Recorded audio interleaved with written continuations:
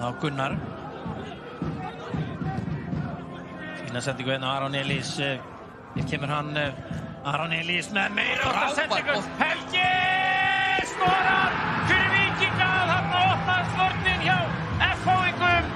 Frábær sending hjá Aroni Elís og Helgi Guðjónsson skorar hér 10. mark sitt í sumar.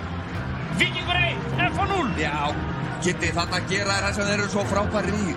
Fara hérna Aron úti hægra megin og oftast fær boltan ef hann er að snúa þá nær hann að tengja og þannig kemur hann náttúrulega geggjaðan bolta.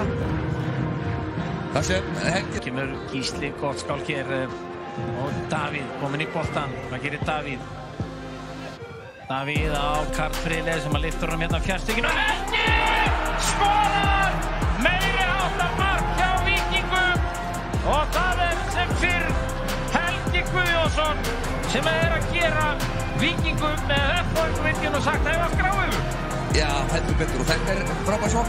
Fara til að vinstra megin upp í Danatjúr. Það er Örlygur að gera sér líklegan þarna eða ætlar hann að nikka boltanum þarna og Oliver Ekroth